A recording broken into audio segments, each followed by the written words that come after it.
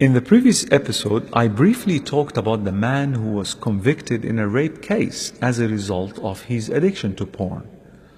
When I discussed with him some details, just to know how pornography could fuel his action to that extent, he stated the following. He said that pornography depicts the rape scene so dramatically to make the viewers feel as if women are in fact like the idea of being raped.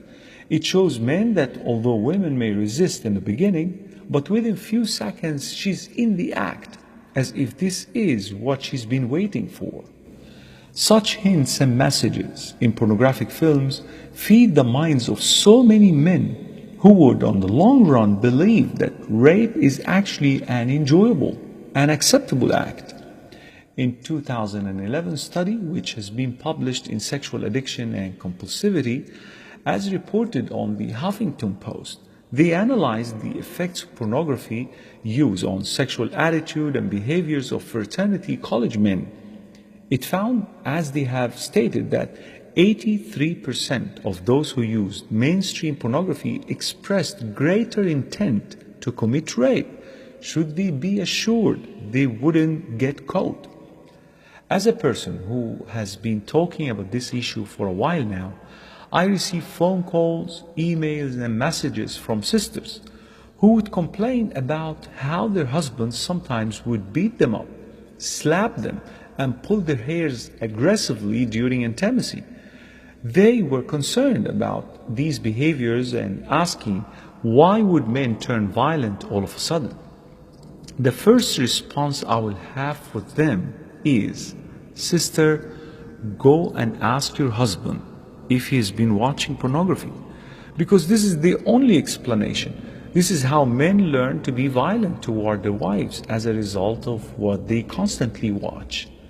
This is what the porn industry has been feeding them with, dirty and perverted ideas about sexual intimacy. Janet Hinson, a researcher who led a study on the effects of pornography on abused women, she found that of the women who were sexually abused, 58% stated that pornography played a role in their abuse. In another research concerning the same matter, she found that out of 198 abused women, 49.9% reported the use of pornographic materials by their abuser.